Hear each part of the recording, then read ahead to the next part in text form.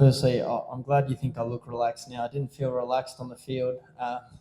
Felt like there's a lot of things going through my mind, and especially when we got on top, I knew this was a really nice surface, and you wanted to make sure that we kept tacking, kept putting pressure on. Yeah, I mean it's a big roller coaster for us. I think as a team we've certainly been entertaining. We've won big, we have lost big.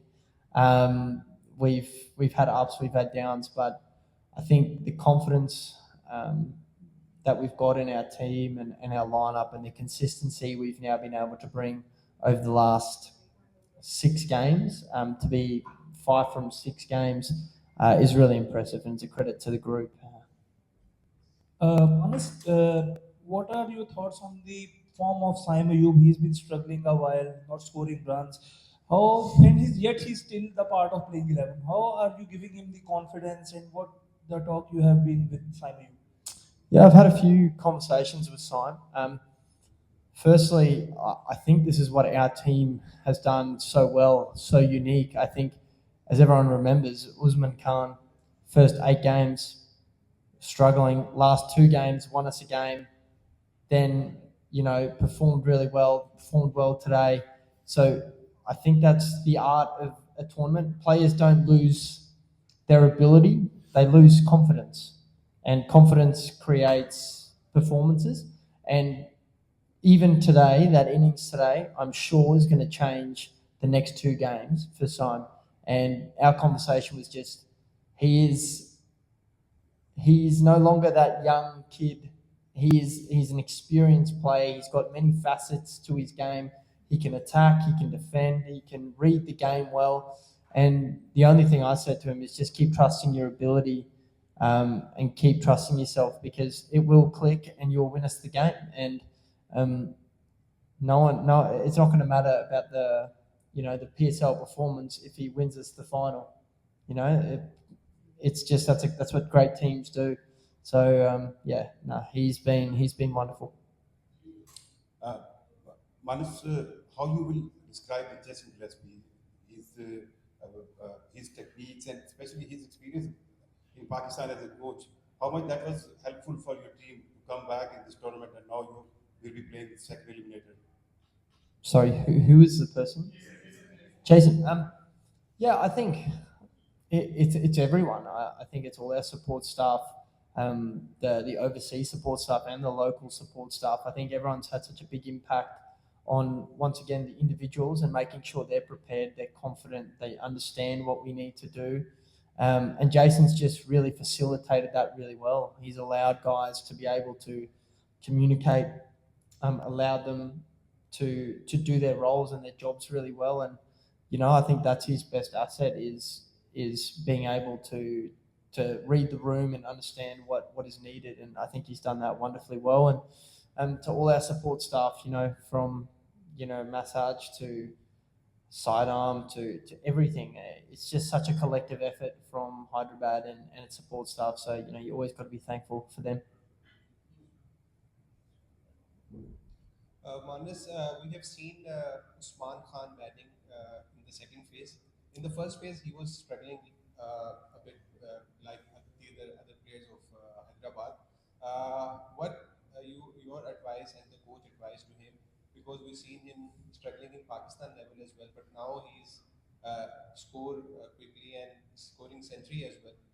What's your take on it? And what about Hunain Shah? We see him trying against Peshawar Zalmi, and now he's the man who put you in Eliminator 1. It's going to be a long answer, this. Firstly, on Usman Khan, I think the really impressive part about him is the most important part, I think, when you're having a form slump is to recognise it. And he recognised it, and he said to me that, I'm not playing. He wasn't scoring well. And I just said to him, brother, that's what it's about, team, right? The rest of the team were able to pick up the slack when he wasn't in form, and we were still able to win games. And then when he came good, now there's a few other guys that aren't scoring as well. So it's just such a great team effort. And I think the only thing I've been really impressed is he hasn't really changed his batting at all.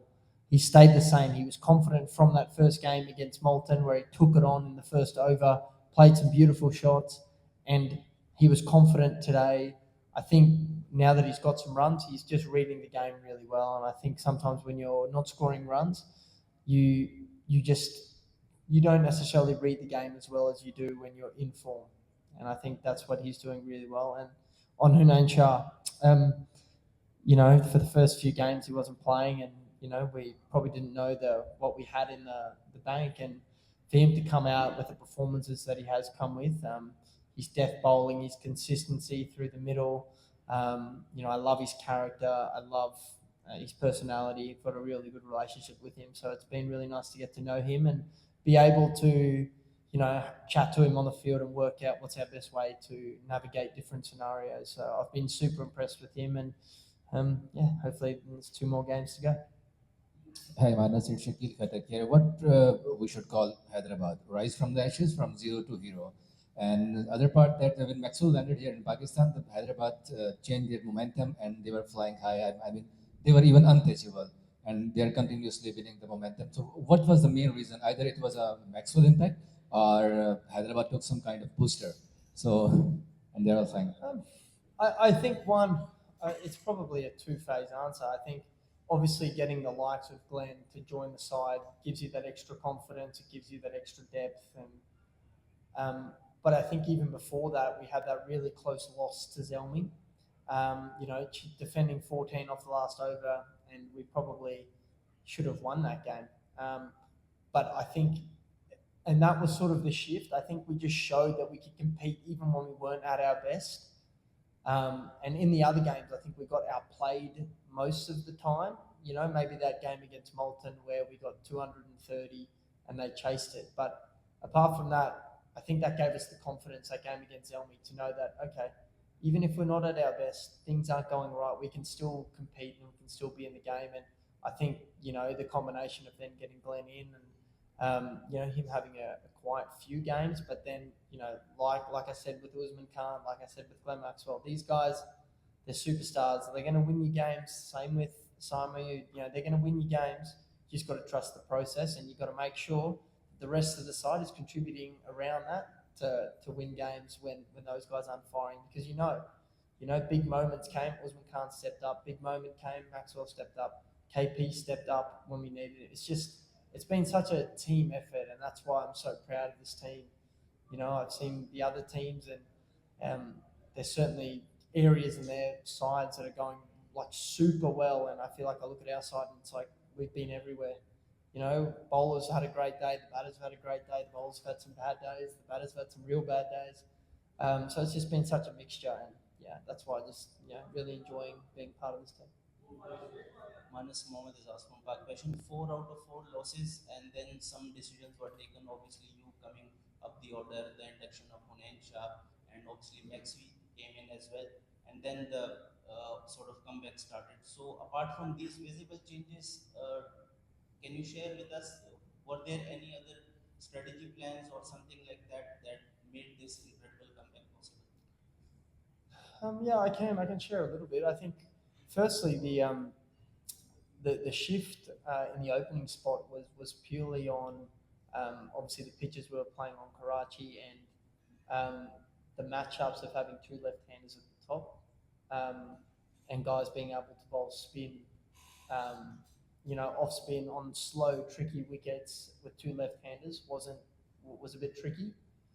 So that's why we shifted to the opening, because it just meant teams had to make decisions around the ball spinning in and the ball spinning away to right and left-handers.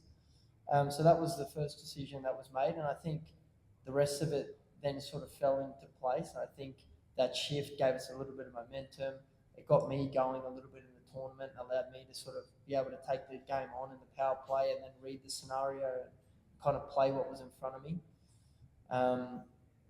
So that's probably the first one, and the other one is probably just on a confidence side, to keep empowering your team with words and keep encouraging them to trust their skills and their ability, and to keep telling them that they're good enough to be here and we're good enough to win this tournament. And that's what we were saying when we were losing 4 games. You know, we were saying we are good enough to be here. Yes, it hasn't gone our way, but we've just got to keep trusting the process, and we've got to keep coming back to, okay, what do we need to do that makes us play well? And not getting too sucked in by the emotion of the losses, but let's go back to the process and what does it take for us to win? What do you need to do as a bowling group? What lens do we need to hit as a batting group? What are things that we can do to help us stick to a process? And then the outcome takes care of itself. You know, if teams bat well or bowl well against us and we've stuck to our process, that's so be it.